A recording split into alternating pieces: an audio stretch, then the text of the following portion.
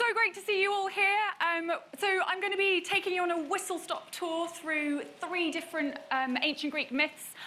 Each of these myths I've retold in a different novel, reworking them from the woman's point of view. So we're going to be taking a whistle-stop tour through some of my favourite ancient Greek myths.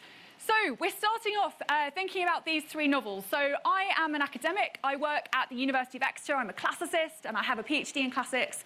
But I also have written these 3 novels, and each of them retells a different story from the ancient world from the perspective of a woman. And so we're going to be going through these novels, starting with For the Most Beautiful, For the Winner, and then For the Immortal at the end. So if we start with For the Most Beautiful, this is a retelling of the story of the Trojan War, and it begins with this golden apple. Does anyone know the myth of the golden apple? Something that you might, yes. What do you know about the golden apple? What's that, sorry? It means you cannot die? Yeah, they are definitely linked to immortality. They belong to the gods. Yes, what else?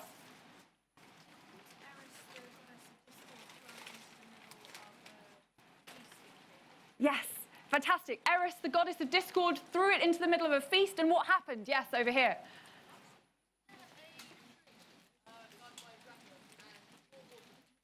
There was a what, sorry? A tree, yes. Guarded by a dragon. Yes, fantastic. Guarded by a dragon and nymphs. Excellent, yes. And someone actually had to go on a labour to go and get the golden apples. Anyone know whose labour? Who was the big hero who did 12 labours? Yes. Hercules, yes, so that was one of Hercules' labours. Fantastic, so the golden apples are really, really important in thinking about ancient Greek myth. And what I do in these novels is each of them takes a different golden apple, a different story of the golden apples, and uses them as a focus to think about ancient myths. So this one tells the story of the judgment of Paris. So this is the moment where the goddess Discord, the goddess who wants to stir up strife, she comes to the gods and she rolls an apple in the path of the gods, and on it is inscribed these words, For the Most Beautiful, the title of the book. And the goddesses can't decide which one is the most beautiful. We've got Athena, Aphrodite, and Hera. They can't choose. And so Zeus is quite canny, and he decides, well, it probably wouldn't be a good idea if I picked between my wife and my daughter about which one's most beautiful. So instead, he decides to put the task on a mortal because, you know, the mortals can't say no. So he tells Paris to do it instead. Paris does. Which one does he choose? Athena, Hera, or Aphrodite? Yes. Yes, who does he choose? Yes. He chooses you. Yes. He chooses Aphrodite. Fantastic. And why does he choose Aphrodite? Does anyone know? She gives him a prize in reward. Yes. Yes, you. Yeah. A wife. And who? Who's the wife? Anyone know her name? Yes, at the back. Yeah. Yes, you. Yeah. Helen, yes, Helen. Helen of Troy, who of course starts out as Helen of Sparta. Paris steals her and he takes her to Troy, and this begins the Trojan War. So the whole of the story of the Trojan War, the whole of this incredible myth begins with the stealing of a woman. Okay, and for me, this was really important because women's stories lie in the background of so many of these myths. And when we retell them from women's perspectives, we get a whole different idea about ancient Greek myth and about the way that we think about Greek history. So for me, when I wanted to retell this story, I was like, well, can we go beyond Helen? Can we think about any other women that we know in the ancient world that are connected to the Trojan War, to this story of Troy? Because when we think about the story of Troy, we think about the men, right? So what names of men do we think about when we think about the Trojan War? Any heroes? Yes. Paris, yes, exactly. Paris, the guy who did the judgment of Paris. Yes, over there. Achilles, yes, the great Greek warrior Achilles. Any other men, male heroes? Yes, over here. Yes. Homer, oh, fantastic, wonderful, I love this. Homer is the poet who tells the story of the Trojan War. So it's men, men, men, men, men, and then Helen. Well, we actually do have some really fascinating female figures whose stories are told in the poetry, but they kind of get lost on the way. And one of them, her name is Briseis, and I'm going to be telling you a little bit more about her. You might possibly recognize her. How many people have seen the 2004 movie Troy, the Hollywood movie Troy? Yeah. So this is Brad Pitt as Achilles doing a very fine job in the background, and here is Briseis in the front. So we've got Briseis already her story being retold on film. But this goes all the way back to an ancient tradition of retelling the story of the Trojan War.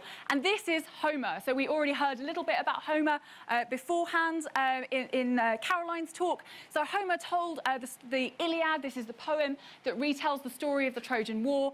And this is a thousands of years old poem, so about 2,500 years old, and it tells the story of Achilles and Hector, but it also tells a little bit about the women. So the story it's telling us is about the Trojan War, about the siege on Troy.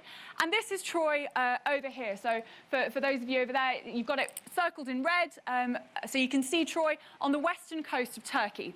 And so Troy is, for a long time, it was thought just to be a myth. So they just thought, oh, well, it was something that Homer made up. He was a poet. He made up this story.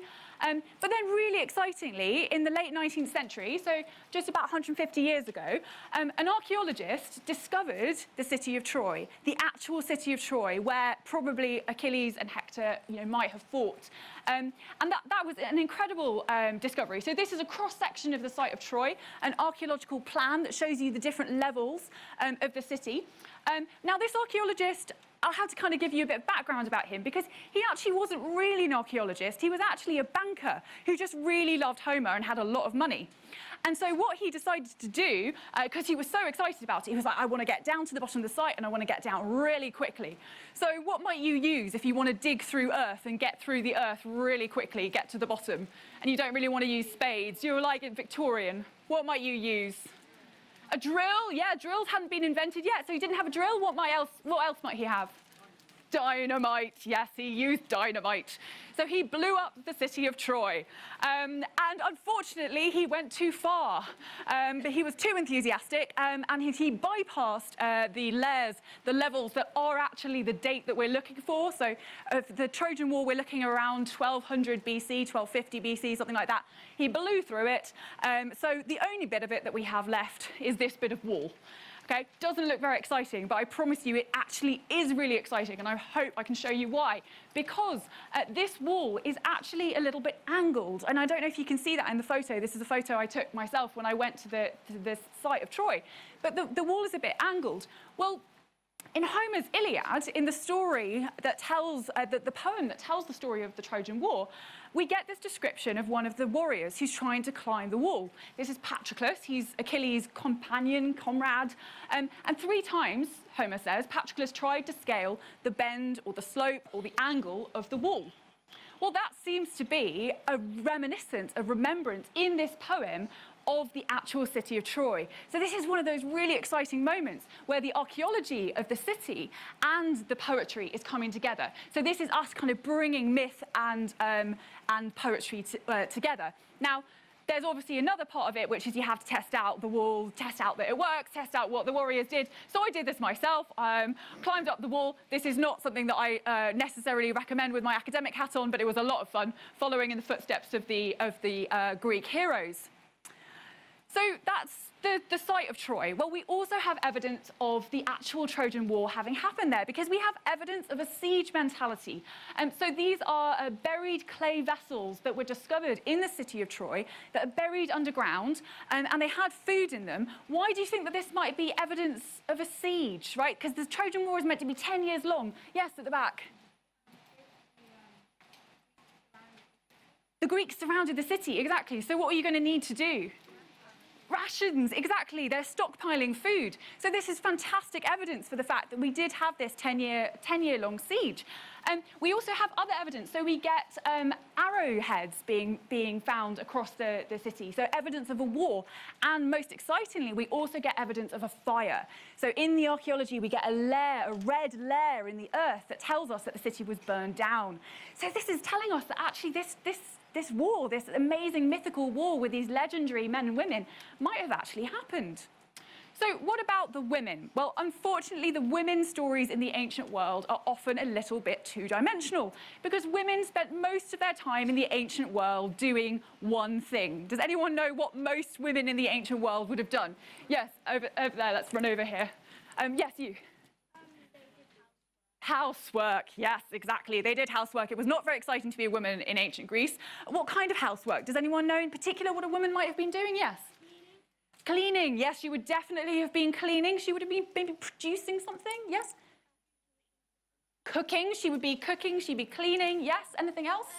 She would be making clothes. Making clothes, yes, absolutely. So there was no Primark in the ancient world, there was no Next, there was no Debenhams. Women had to make the clothes themselves out of wool. And this is some evidence of what women were doing. So this is called a spindle whirl. It's not very exciting, but basically it was one of the kind of elements that was helping a woman to weave. So here is where you would put all of the sheep's wool, you'd put it on this distaff, and then you'd use the spindle to spin it out into thread, and that's how you make thread. And these survive because they are made from ivory or bone or clay. They survive as objects, and so they survive in their thousands, and they're amazing evidence that there were women in ancient Troy and that this is what they were doing. So what did they look like? Well, we actually also have evidence of that. So this is a 13th century BC wall painting from ancient Greece. So think about how old that is. That is almost as old. It's 1,300 years before Christ. So it's over 3,000 years old. And this is a wall painting showing a woman. So she's quite different from modern standards of beauty, right? She's got very pale skin, very kind of tightly curled, ornate hair, lots of kind of heavy jewelry. But it's been suggested that this is possibly what someone like Helen of Troy might have looked like. So this gives us an idea of what the women of the ancient world looked like. Okay, so we've used archaeology to recover the stories of the women of the ancient world. We've situated them in the real Trojan War. We discovered maybe what they look like. Well, what about their stories? And this, to me, is the really, really exciting bit about getting back to the past. Because what we can do is we can use fiction, we can use novels to try and retell the stories of the women of the ancient world that weren't told in the past. Okay? So while Homer, this male poet Homer, tells and focuses on the story of Achilles and Hector, he does sometimes give us little nuggets of knowledge about the women, and this is one example. So this is Achilles. He's sulking on the seashore. He's annoyed because his prize has been taken away from him, and we get a bit of a description about Achilles. And it says he's annoyed because of fair Briseis, whom he'd won by his exploits at Lyrnessus, razing it and storming Thebes' wall. Okay? Now, this is a reference to the beginning of the Iliad, which starts with a quarrel between two of the major Greek players. Achilles on the one hand, and anyone know who the other person is, who he's quarreling with? His name also begins with A, and he's king of the Greeks. Yes? Agamemnon, yes, exactly. Agamemnon, fantastic name. So Achilles is quarreling with Agamemnon, and they're quarreling over this girl, Briseis. And in the end, Agamemnon actually ends up taking Briseis from Achilles, and he's really annoyed. But we get a bit of background here about Briseis. So Briseis has been captured in war. She's a war slave, and she's been taken by Achilles when he was fighting. So he razed it, he burned it to the ground, he stormed the wall, and he also killed Mynes. So this is a little bit of information. We're starting to put together the clues about Briseis' story. Well, we get even more when we start looking at Roman authors. So this is a lot later. This is the poet Ovid. And he's talking now in the voice of Briseis. And he has her talk about the bones of my husband and the sacred ghosts of my three brothers. And this alludes to the myth that Briseis, actually her husband and her three brothers, were killed by Achilles. Okay? So she was captured by him during war. She was taken captive. She was taken as his slave. Her husband and her three brothers were killed by him. And for me, this was the starting point for telling the story. Because we always think, when we think about the Trojan War, we think about Achilles, we think about his heroic exploits, we think about the battles of men. We don't think about what they cost. We don't think about the women who were taken as slaves, and in many cases as sex slaves. So Briseis is taken as a sex slave. She's lost her husband, she's lost her three brothers, she's lost everything. And for me, this was an invitation to tell the story of the women of Troy. So not just the Trojan War, although I do tell the mythology around the Trojan War, but also telling the story of the women of Troy who were made captive. Okay, so if we move to my second book, For the Winner. If the first book is focusing on the captive women of Troy, women who lose everything and who are taken into slavery, this book is quite different because this focuses on a woman who actually took matters into her own hands and was completely and radically unusual for her time. And her name is Atalanta. Has anyone heard of Atalanta? Any stories that you might know? Yes?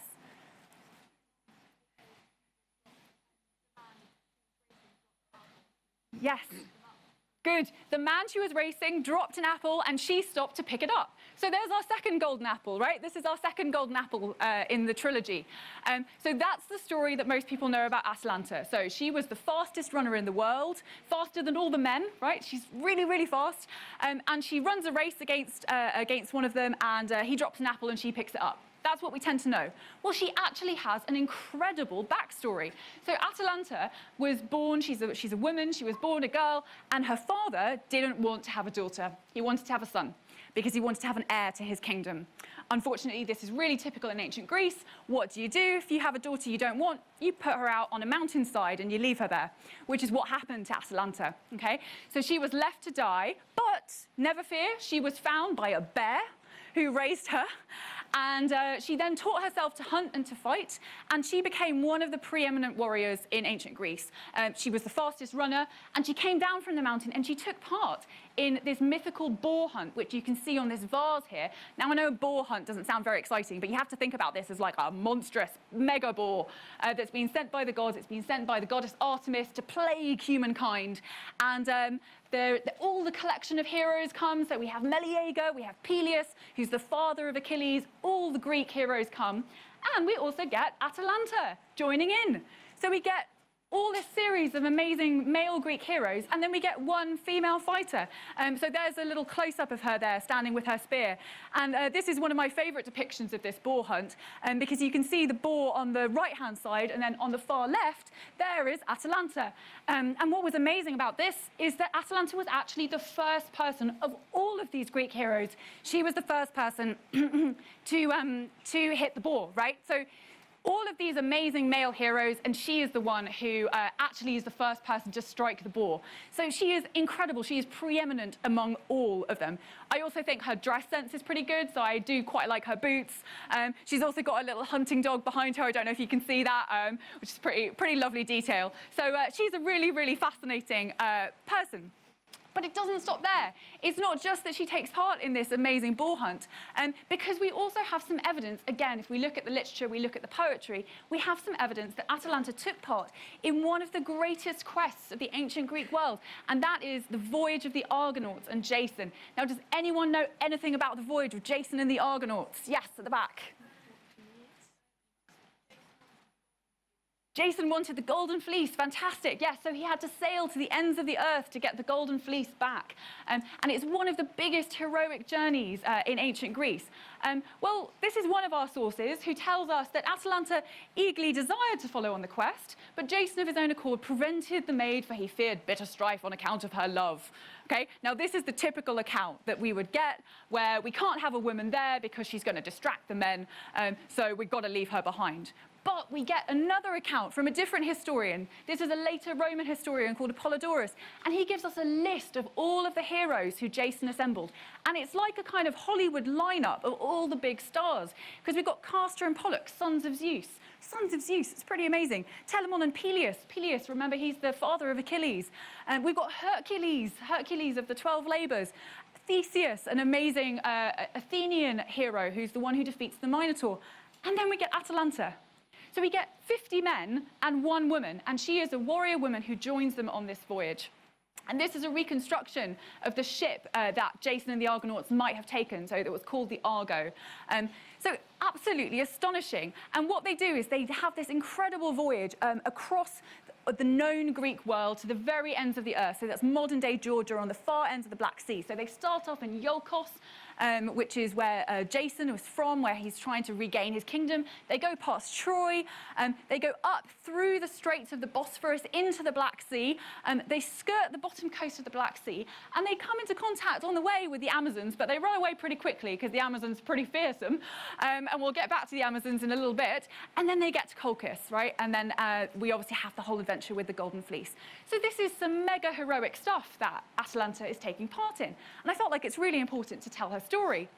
But the major reason I wanted to tell Atalanta's story is because of the race. And this is the story that most people know about Atalanta. So she comes back, she wants to be recognized by her father, and her father says, okay, you know, finally, you've done some good stuff, I suppose.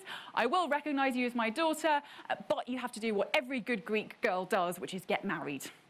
And Atalanta famously independent, says, no, I'm not going to do it, but if I have to, let's have a running race as a contest for my hand. And she, of course, knows she's going to win because she's the fastest runner in the world. Well, the story goes that one of the suitors is so smitten with love for her that he drops a golden apple in her path. And Atalanta is distracted by this golden apple. She stops and she picks it up, and he wins the race. And his name is Hippomenes. Here you can see him dashing towards the finishing line in a rather fetching pink tunic. And she's stopping there to pick up the apple. Well, for me, this was a big question mark. Because Atalanta is someone who has survived being exposed at birth. She taught herself to hunt and fight. She is the fastest runner on the earth. She has gone with Jason and the Argonauts as the only woman to go on that voyage. Is she really going to make a mistake that stupid? And it seemed to me that it was a little bit like a sort of typical story of sort of, oh, the woman just can't help herself. She just gets distracted by this kind of glittery golden object. And I was thinking, well, what happens if we retell that and we imagine that there was a reason for her stopping, right? And this is one of the powers of fiction. It's not just telling the marginalized voices of the women who were, for example, captured as slaves, like I do in my first book, For the Most Beautiful. Here it's also allowing women's motivations to be rewritten and thinking about why they might have done things differently from the way that men tell us that they did. So that, for me, was the starting point, if we imagine that from a different point of view. Okay. The third book, For the Immortal. So this comes back, we were talking about Hercules' labours. One of Hercules' labours is to go to get the golden apples from the Garden of the Hesperides, this mythical garden where the golden apples grew on trees, and he has to recover them. But he's got 11 other labours, right? So does anyone know what any of his other labours were? Yes, right at the back. Yes, the Nemean lion. Fantastic. Well done. You even got where it's from. The Nemean lion. That's the one that he kills and he has to put on his head. Right. Well, he doesn't have to. He does it because he wants to tell everyone how great he is. Yes. What else? He kills the Hydra. Yes. Fantastic. Good. Any other ones that you know? Yes, over there. Which one, sorry? Oh, he had to clean the stables. Yes, that's right. All the stables full of horse poo. Yes. Any others? The boar, yes, exactly, good, that he has to kill the Erymanthian boar, yeah? Anyone know any others? Yes, at the backs.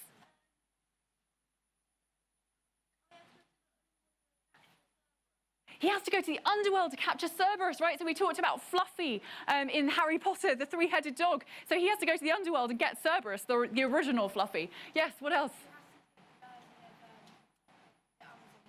He has to take the girdle of the Amazon Queen. Fantastic. And that's the one I was looking for because that's the starting off point for this myth. So he takes her girdle.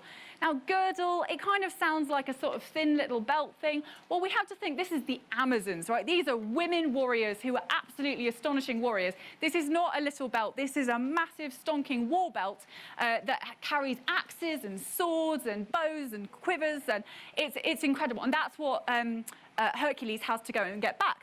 Well, if we think about the Amazons, we might think about Wonder Woman. How many people saw the movie Wonder Woman? Yeah? Okay, well, I have to say that maybe this is just me, but I didn't know that Wonder Woman was meant to be an Amazon. And I got to the cinema and then found out she was an Amazon, and I was so excited. So I was absolutely freaking out that they were all Amazons and that they got their names right. So they did a really, really great job, and she's our sort of modern-day Amazon, Wonder Woman. But this is a story that goes back centuries, okay? So this was a really, really important story for the ancient Greeks. Does anyone know anything about the Amazons? If you think about the Amazons, any sort of facts that come up that you know about them? Yes? They were a load of women who rebelled against their husbands, slaughtered the men. Yes? What else did they do? Yes? They live in an invisible island. Well, that's Wonder Woman. But yeah, so the Greeks weren't quite sure where they came from, and they thought that they probably came from around the Black Sea. So remember when we saw that map, they thought that they came from there. But yeah, fantastic. There was one called Diana. Okay, that's also in the movie. So Diana was the goddess, is the virginal goddess of hunting and the fight, and the Greek name is Artemis, and she was definitely associated with women warriors. Yes, anything else? What's that, sorry? Sorry, I didn't hear that. They protected humanity. Yeah, exactly. So this is kind of the positive side of the Amazons that we think about, which is fantastic. For the Greeks, they were really terrifying women. Okay, they lived on the margins of the world, and they were women who didn't have husbands. God forbid, right? Remember that Atalanta, like the only thing her father wanted her to do was to have a husband. Well, the Amazons don't have husbands. When they have kids, they leave the male kids to die, right? Completely the opposite from what the Greeks did. They're women who hunt and fight by themselves. They're incredibly independent. And for the Greeks, who kept their women controlled, sometimes enslaved, as we've seen with the women at Troy, that was really, really scary. So they represented everything that was different from the Greeks. And there are 3 Amazon queens in particular who are particularly well known. One of them is Hippolyta, and she's the one who has the war belt, right? So she's the one who Hercules goes on his task to get that war belt back, and she's queen of the Amazons. But we also have 2 others. So there's one Amazon called Antiope, who was taken captive by Theseus, the king of Athens, the one who defeats the Minotaur, and he takes her back to Athens. And the Amazons are outraged at this, and they ride all the way to Athens to get her back. So we have this massive battle between the Amazons and the Greeks in Athens. And then finally, we also have the Amazons joining forces with the Trojans in the Trojan War, and they ride out into the Trojan War against the Greeks. So we have these fantastic moments where the Amazons intersect with the Greeks and are really helping the Greeks to think about who they are. But it doesn't just stop there, because that's the mythology. But we also have archaeology, and this brings us back to when we were thinking about Troy, we were thinking about the reality of the Trojan War myth. Well, there's evidence that the Amazons might have been real too, okay? So they might not just have been a figment of the Greeks' imagination. So there were these burials that were found all around the Black Sea, which is, as I said, where the Amazons were thought to have been living. And they were buried with weapons, with horses, with armor. And so the archaeologists who saw them thought, okay, great, that male heroic burials, male warrior burials. Well, they've now done DNA testing on the bones, and it turns out that about 34% of these burials are actually women warriors, okay? So it seems like there's actually evidence that the Amazons really did live and ride just to the east of Greece, and that the Greeks were kind of responding to that with their mythology. So for me, what was important about this was to make sure that we thought about the Amazons as women in their own right, that we brought together their stories, these incredible, amazing stories of women who are fighters, and that we thought about them not as this kind of scary, different category, these women who can't be controlled, these wild, barbarian, monster women, but that we think about them in historical terms. We think about them on their own terms, and we use the history to kind of try and inform that. So it's kind of a different approach to reworking the stories of the women of the ancient world. And I think what was really interesting for me here was thinking about how that kind of mythology and that the kind of history all come together through fiction to kind of retell the stories of the women of the ancient world in a different way. So in a way, we have kind of 3 different strands if you look at across the kind of 3 books of the Golden Apple trilogy. In the first one, we're thinking about the women who were kind of subdued, subjugated, whose liberty was taken away in the ancient world, and we're trying to kind of give that back to them. In the second one, we're looking at someone like Atalanta, trying to kind of reimagine her motivations and try and give her back some of her agency. And in this one, we're trying to question stereotypes of women as being kind of wild and barbaric and monstrous, and trying to give them a little bit more to think about what happens when we tell the stories from their point of view. And to me, that's why fiction is so powerful, because we can really use fiction to reimagine these stories from a different point of view. So I wanted to stop there and just say, please do stay in touch. So here are my contact details, and I will be staying behind to sign books along with our other lovely authors afterwards. Thank you so much.